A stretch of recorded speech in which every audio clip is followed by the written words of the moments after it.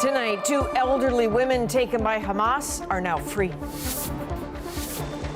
What we know about their condition, and the latest on more than 200 hostages still believed to be in Gaza.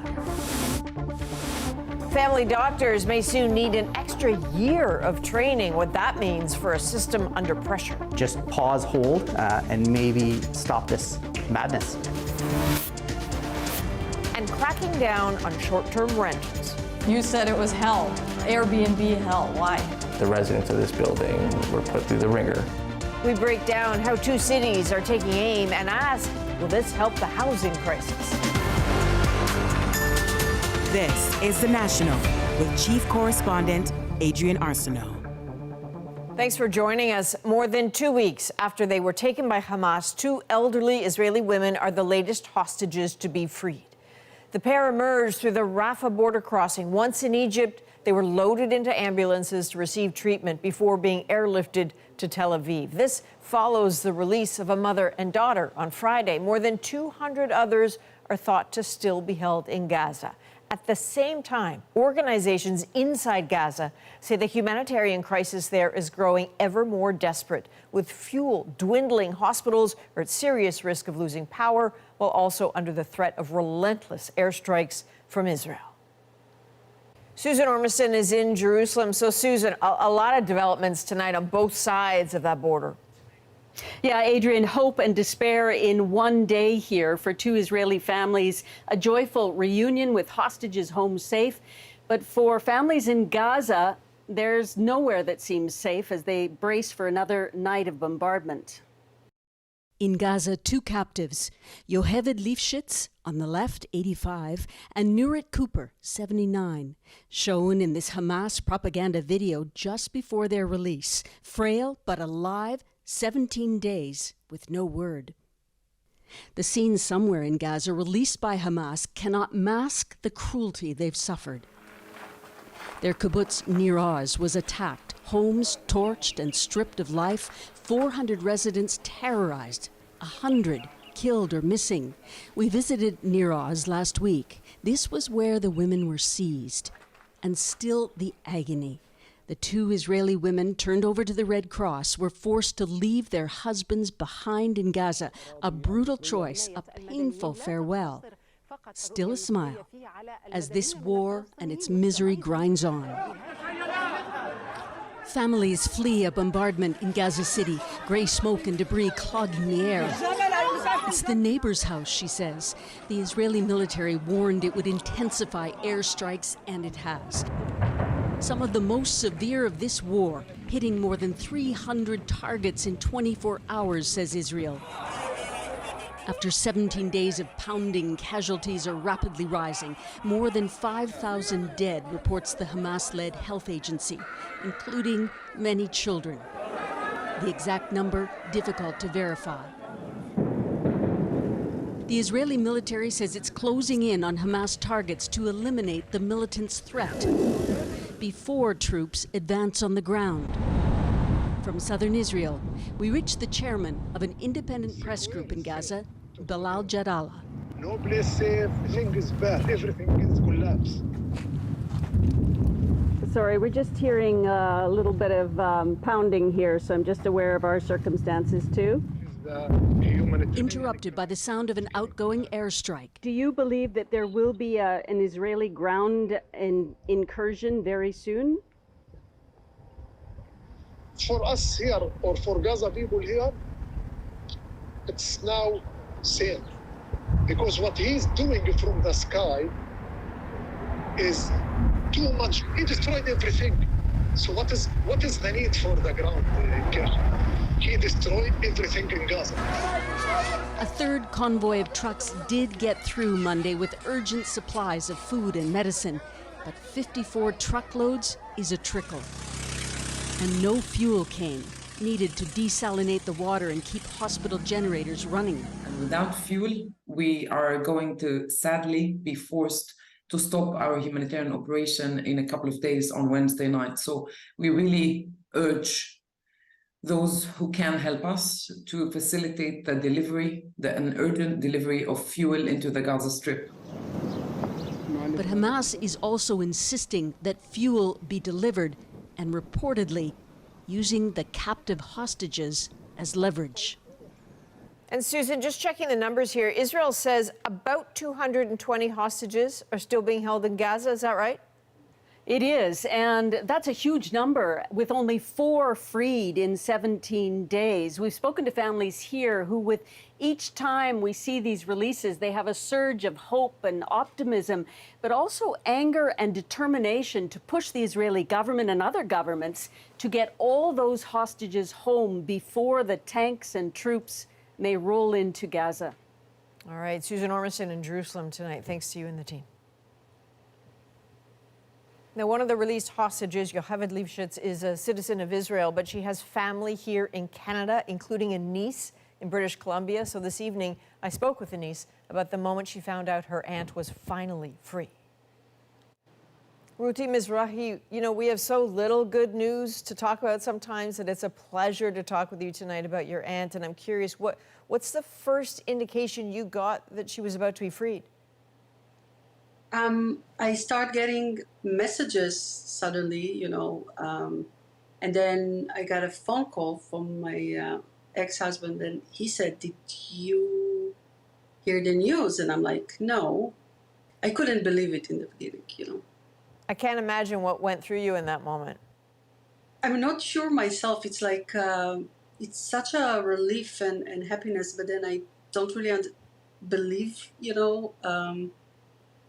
And you know, there's so many other people that are still missing and kidnapped. That it's a mixed emotion, but very happy and relieved to see her back. And of course, in terms of so many other people, your uncle is still being held. Do you know anything about how he is? No, and what I heard is that they were actually separated, so they weren't together. So if that is the case, we won't probably even have anything new that we can learn from my aunt. That's really hard. From talking to family and looking at the pictures, what's your sense of how your aunt is, or how she fared, or why they released her? I don't really know why they released her. She looks good. Like, one of my thought was maybe because the women that they released so far, they all looked physically good, you know. So I guess the Hamas wants to show that, you know, they are very humanitarian. But other than this, I don't know. Well, you're going to have a great chat with your aunt at one point. One last thought. How have you managed in the last 2 weeks? You know, I had my ups and downs. It's like a roller coaster of emotions.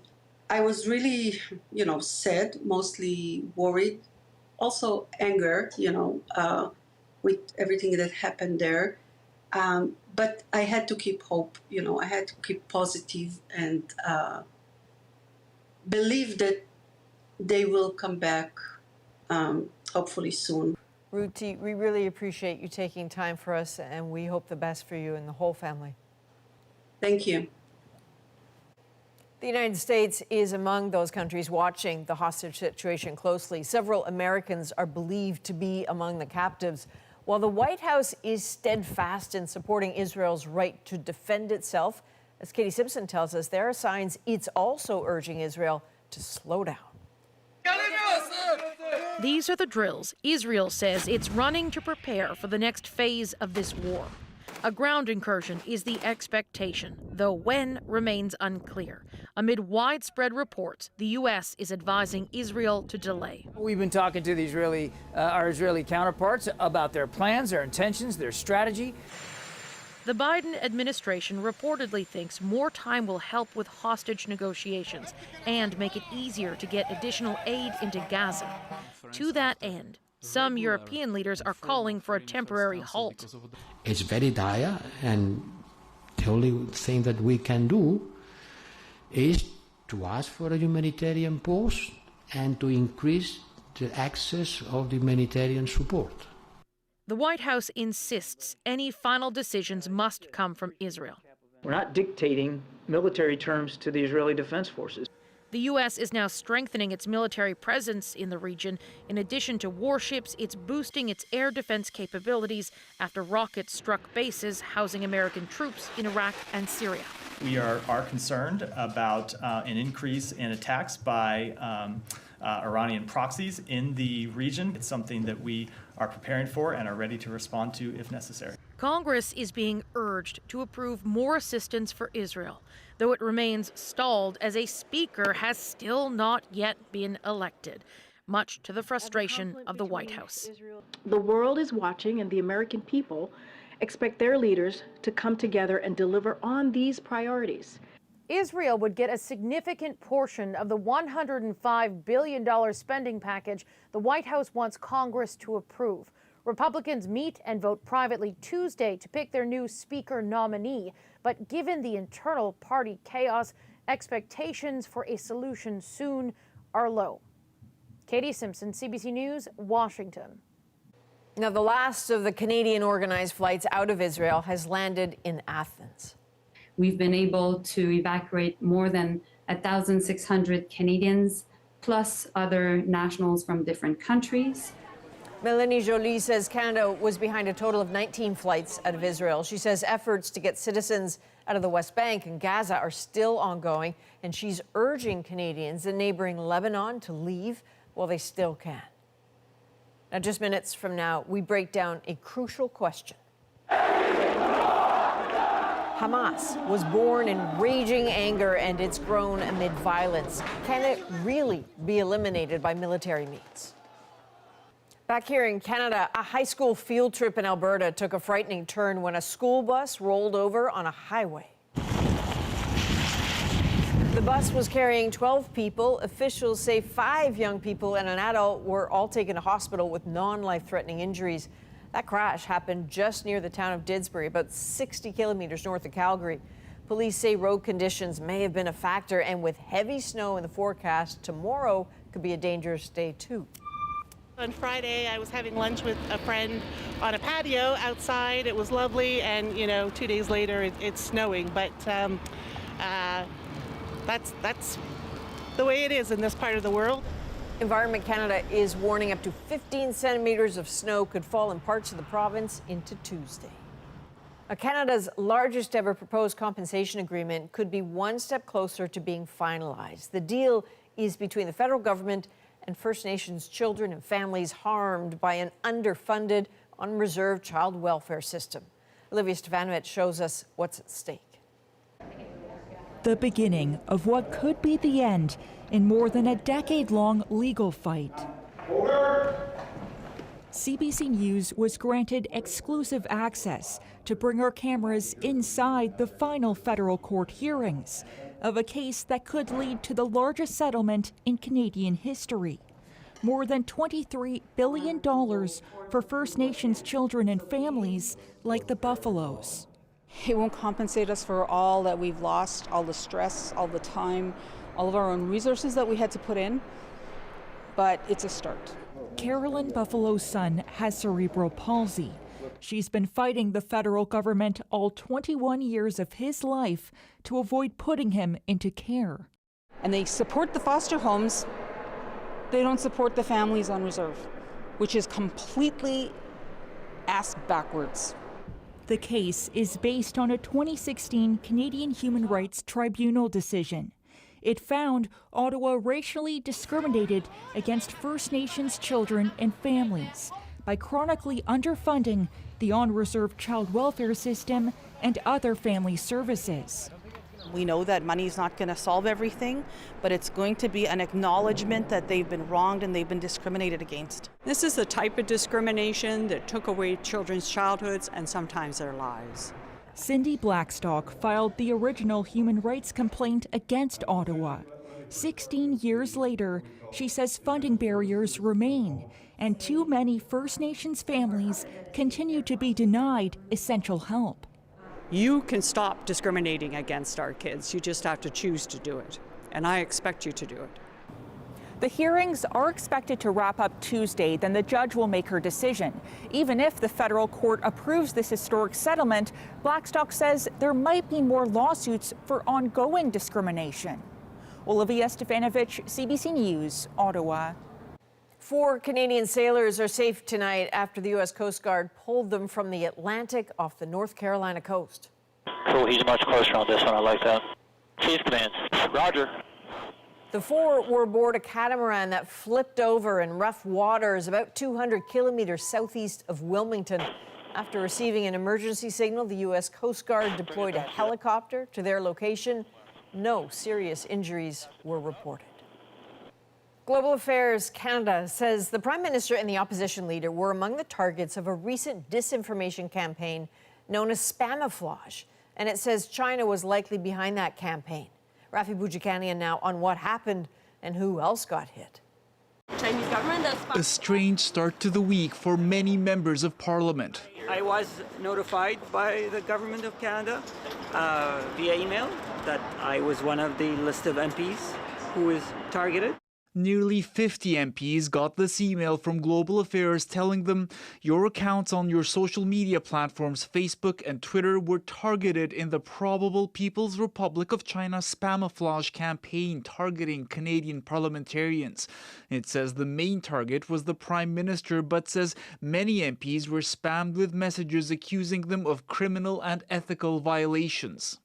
I don't know if that was the same thing, but there was a repetitive message on my Twitter, different names, different handles, saying, take a look at what this person in Vancouver is saying about this member of parliament, that he is corrupt and involved in a corruption.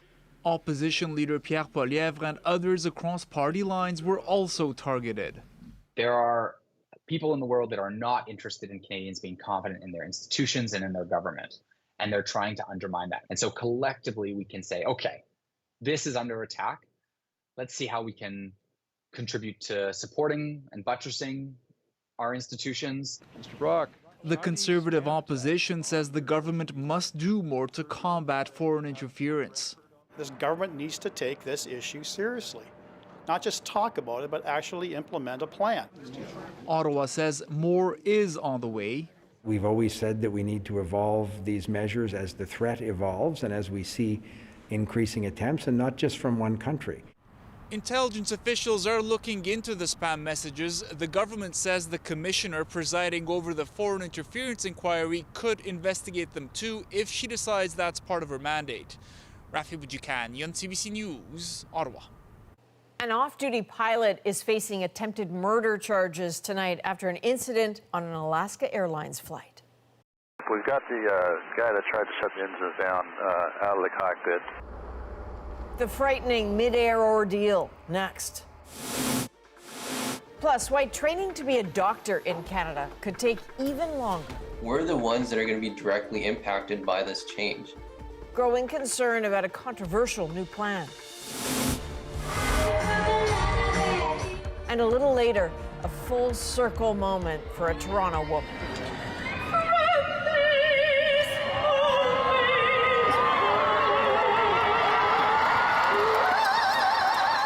More than 2 decades later, she is back on stage with Shania Twain. We're back in 2.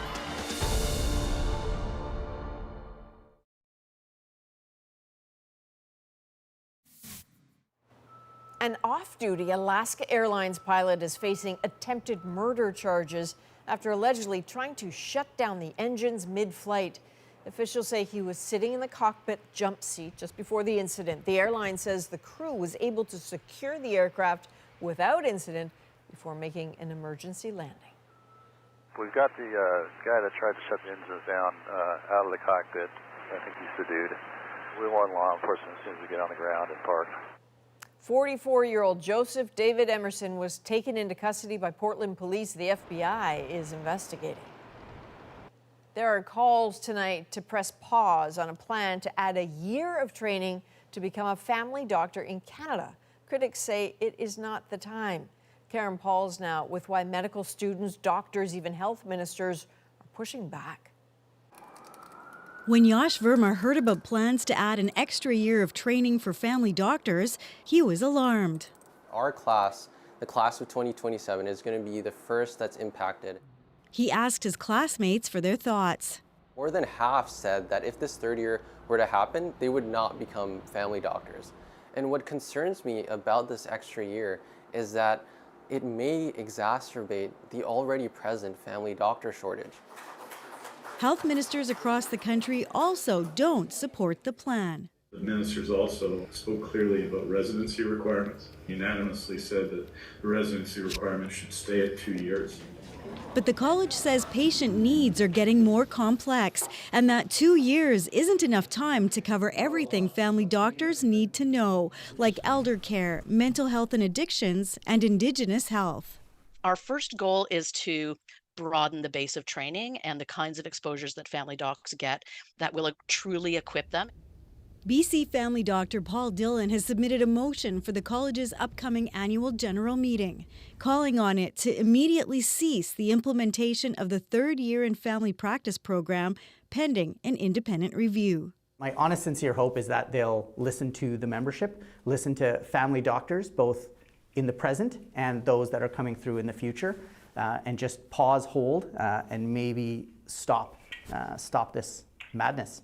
So your research, if I was to summarize, Dillon says he'll also share the concerns from Verma's classmates at the AGM. We're the ones that are going to be directly impacted by this change. And so I feel like we should have a say in this as well. I have 4 minutes. That's what I have to speak on. But I can definitely say that. The AGM vote is not binding, but there is hope it will raise awareness and discussion for all of the groups affected. Karen Pauls, CBC News, Winnipeg. New research is showing Canadians are more physically active when we're not working from home. I've definitely seen an uptick in how much I've been able to exercise. How going into the office, apparently, can help keep the doctor away. Plus, Israel has sworn to destroy Hamas, but it's not the first time. You kill one, somebody takes his place 10 minutes later. What the past can teach us about what could happen next. And with a growing housing crisis, cities take aim at short-term rentals. Prostitution rings, we had a sex club. Are new regulations working? The National breaks down the story shaping our world. Next.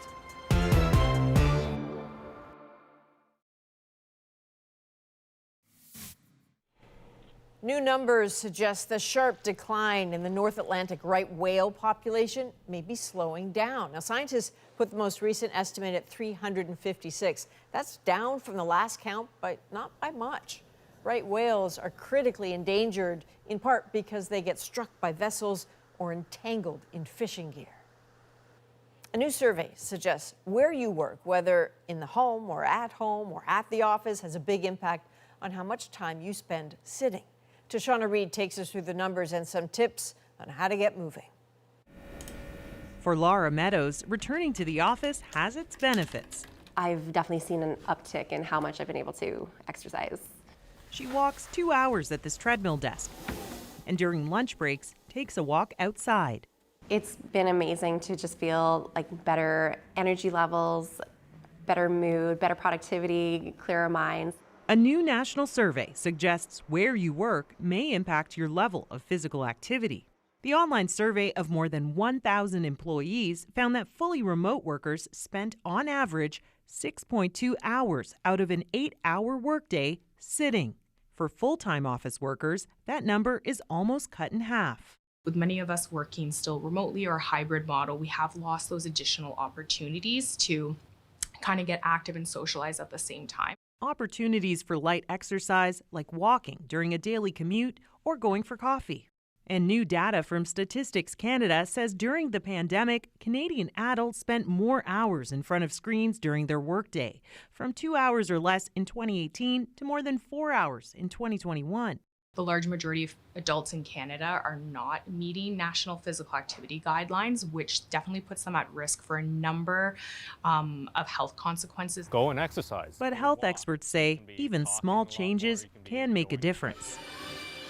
Like spending a few minutes every hour stretching and standing, or spacing out meetings. have a 15-minute gap. That way you can go for a quick walk, or you can be just doing something else besides staring at the computer. Another tip to motivate employees, group exercise challenges. I'll be going around my kitchen island just to get those extra 1,000 steps I need to get into the top spot. And no matter where you work, taking steps to be more active has positive benefits.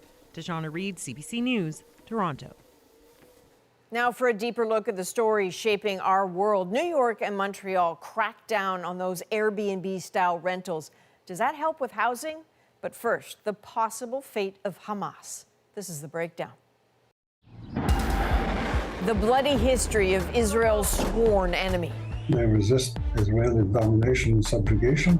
How Hamas took root and gained influence over decades of violence and retribution. He's been #1 on Israel's hit list, and they just can't kill the guy. Can Israel's military ever really destroy it? Especially as Israel accuses the militant group of hiding itself among regular Palestinian civilians. Terrence McKenna breaks down the long prelude to this moment of global tension. On October 7th, in the immediate aftermath of the latest vicious attack against Israeli civilians by Hamas, Israeli Prime Minister Benjamin Netanyahu announced that he would kill all members of Hamas. It is not a new threat. Consider this moment back in 2004, after a Hamas suicide bombing. Israeli security sources say they decided last night to destroy the whole Hamas leadership. Palestinian civilians always pay a high price for Israel's retaliatory attacks on Gaza. This pattern goes back to the very beginning of Hamas.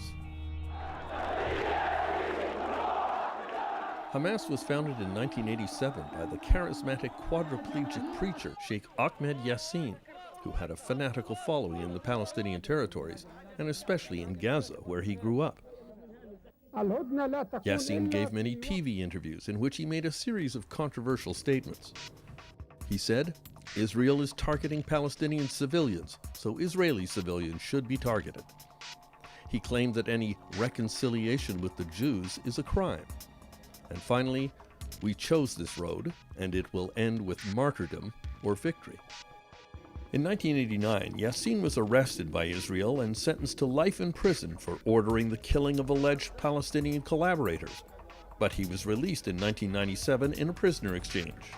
As a condition of his release, he had agreed to stop calling for attacks on Israel, but he immediately violated that condition by encouraging suicide bombings against Israeli citizens. In 2004, a Palestinian mother of 2 recorded this Hamas suicide message and then blew herself up at the Eretz border crossing into Israel, killing 4 civilians. When Yassin publicly praised the Hamas attack, Israel's defense minister announced that he was marked for death.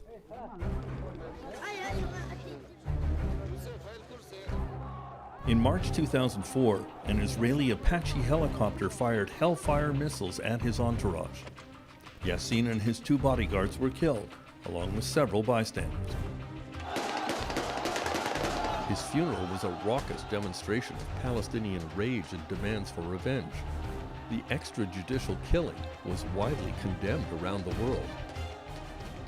Mark Regev is a senior advisor to Israeli Prime Minister Benjamin Netanyahu. He was very much the leader of the organization, telling, that it's good to kill innocent Israeli civilians, and to take out the commander of a terrorist organization that is legitimate in international behavior. Longtime Palestinian-American journalist Rami Khouri now teaches at the American University in Beirut. These groups are needed to achieve the rights of the community that are denied to them, whether it's colonialism or predatory neighbors or whatever it might be. And assassinating a leader doesn't have much impact. It slows down the process for maybe half a year or a year, but there are many, many people in waiting, ready to take over. The point that is always made is that you kill one, somebody else takes his place 10 minutes later.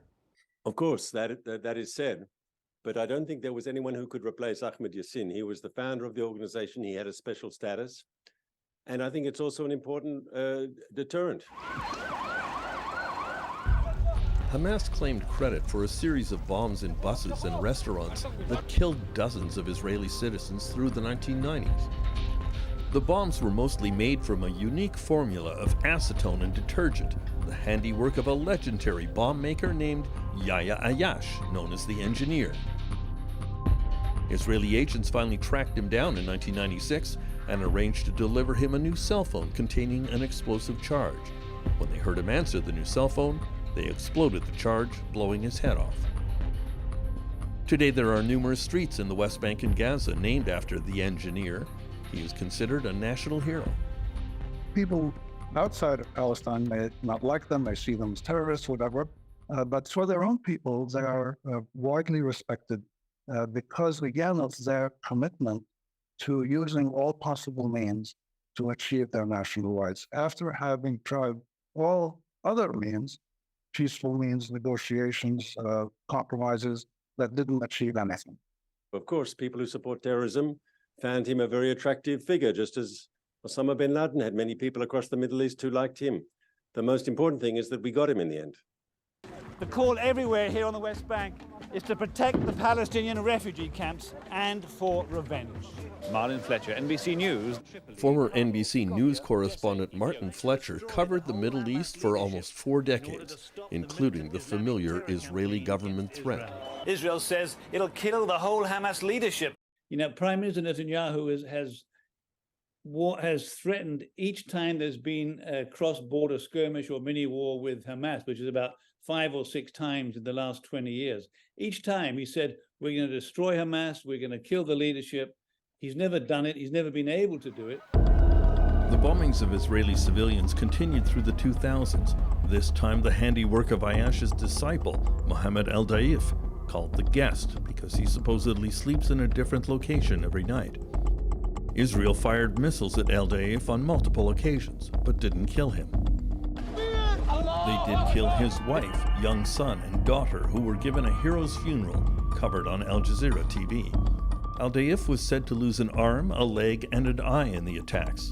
He's been #1 on Israel's hit list for several decades, and they just can't kill the guy. So therefore, among Palestinians, of course, he's a hero. El-Daif is said to be the architect of the October 7th attacks against Israeli citizens, which he announced with a rare appearance on Hamas TV the morning of the attack. هذا يومكم لتفهموا هذا العدو المجرم أنه قد انتهى زمنه اقتلوهم حيث ثقفتموهم. When they say we refuse to accept Israel's existence in any borders, they mean it. And when they say every Jew is a legitimate target for murder, they mean it. And anyone who had any illusions about Hamas, I think October 7th was a slap in the face, a wake-up call. We're in the situation now where the whole world is talking about Hamas, and that to them is a sign of success. Hamas was elected in 2006, but the next year they executed or banished their more moderate Palestinian opponents and have run a repressive autocratic regime in Gaza ever since.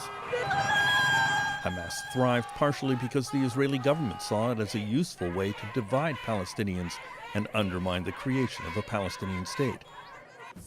Is it actually possible to decapitate and destroy Hamas now? Yes, and there's an example.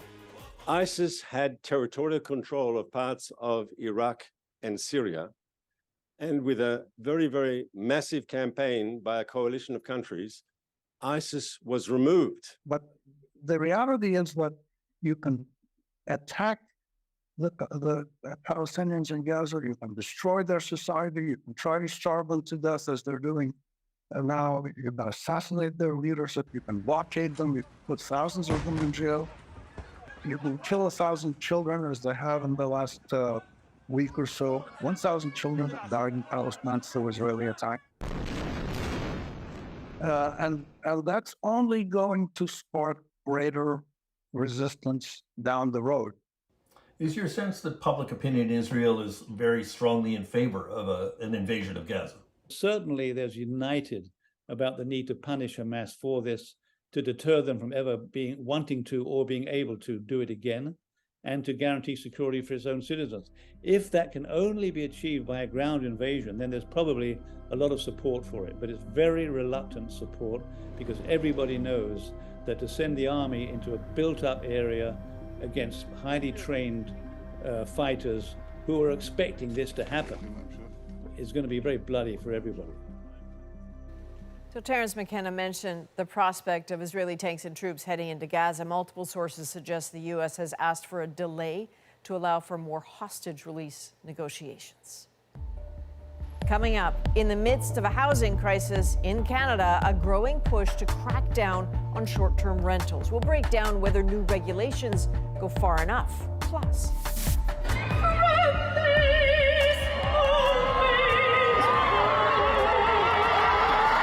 beautiful, back on stage with the Canadian star who inspired her 22 years later. That's coming up in our moment.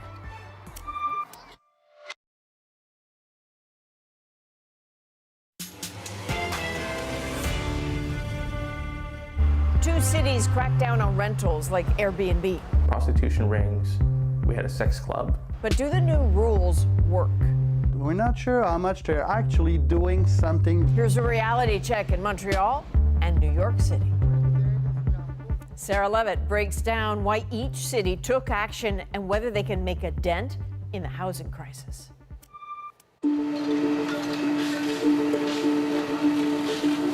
Fire tore through the three-story, 15-unit building. There were several people trapped. There's a lot of anger over how this could happen. 7 people died in the blaze. Many of them were staying in short-term Airbnb-style rental units, illegal in this part of the city. The sad reality is that the kind of safety issues that were exposed with the fire here, these were also predictable issues. So there were kind of multiple failures of the rules that all led to this fire. It was a wake-up call. It stands as a sober reminder since a fire ripped through it in March, killing 7.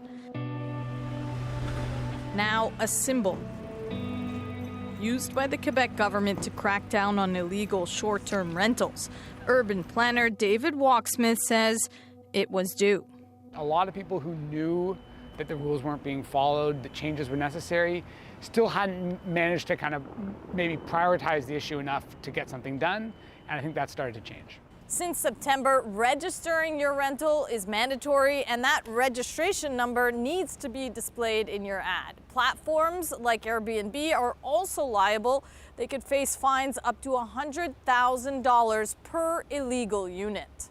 It's pretty opaque, actually. Michel Prue is skeptical of the rule changes. The housing advocate spends his days helping residents facing housing issues like eviction.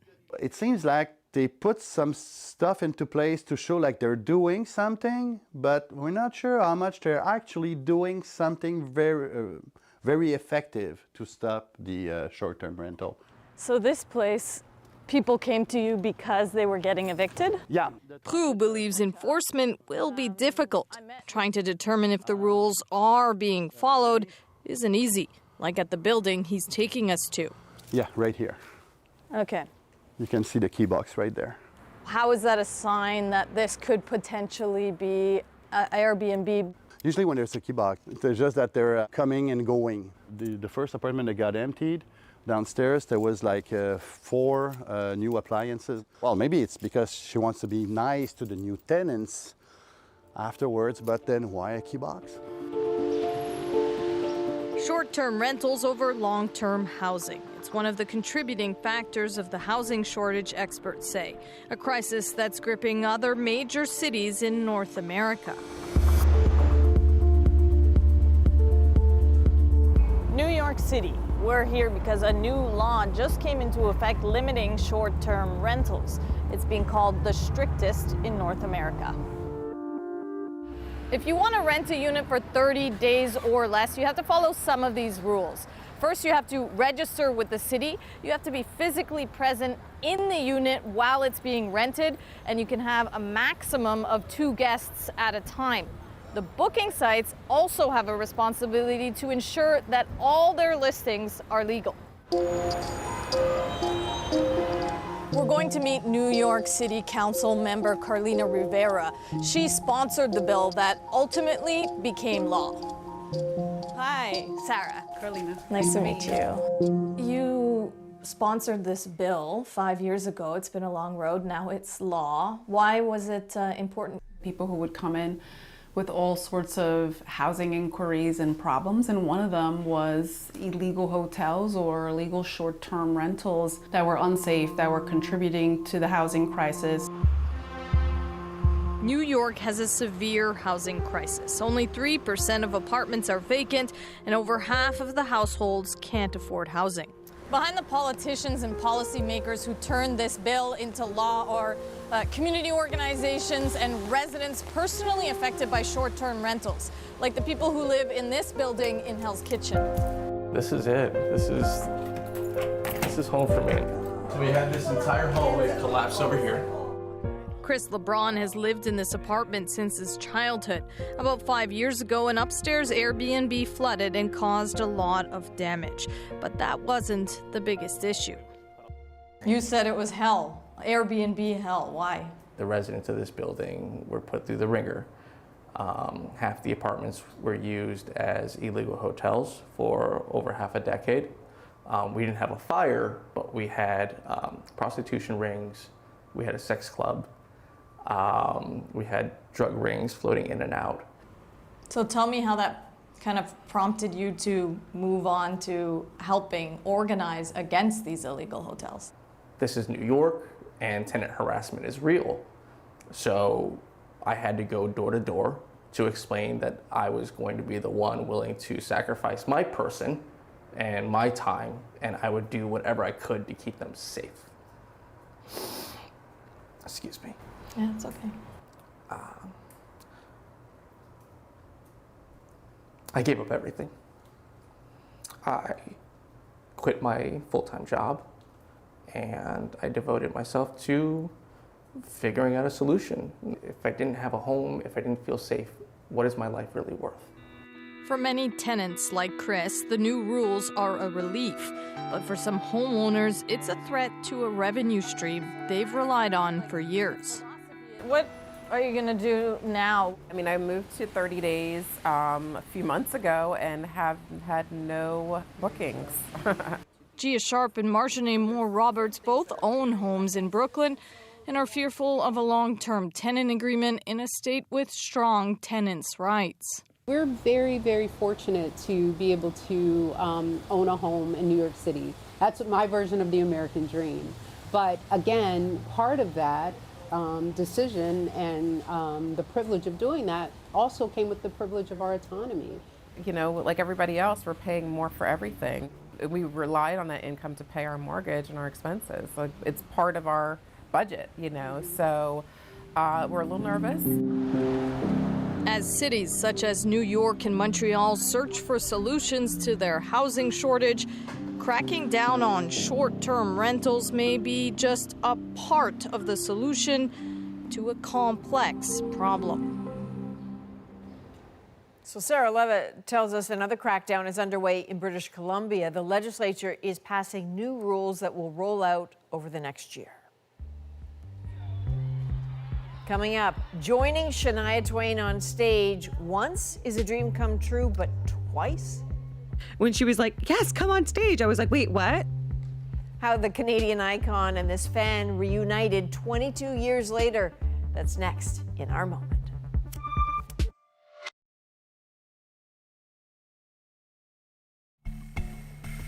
During a concert in Toronto last night, Daniela Agostino was pulled out of the crowd to join Shania Twain on stage. So that would be incredible enough, but it wasn't her first time. She sang with the superstar 22 years ago when she was just 8. Their reunion is our moment. Oh my God! It was the biggest shock of my life. Daniela was 8 years old when I met her. I couldn't believe it was happening again, and I had no idea it was going to happen. When she was like, yes, come on stage, I was like, wait, what? And then when my video and face popped up from the first time it happened, I nearly passed out. I was like, that's me. I don't know where I got the guts from at 8 years old. I made a sign that said, like, pick me to sing. And she asked me, like, what do you, like, do you want to be a singer when you grow up? Do you want to be a singer? Yeah, definitely. Oh. Like, that was the moment for me, like, where I was like, yeah, this is what I want. That changed my life, and you need to know that. Thank you. I lost my father at 17. He lost a battle with cancer. This is what I promised him. He would have been just ecstatic. I think he would have just been smiling ear to ear. And to remember my father and honor him in that way, it meant a lot. What a voice. So obviously she's a soprano, and that inspiration that she had and that determination led her to be a finalist at the National Capital Opera Competition in Ottawa. Good on Daniela. For all of us here at the National, thank you for being with us. You can watch anywhere, anytime on the free CBC News app and subscribe, of course, to the National's YouTube channel. I'm Adrienne Arsenault. Take care.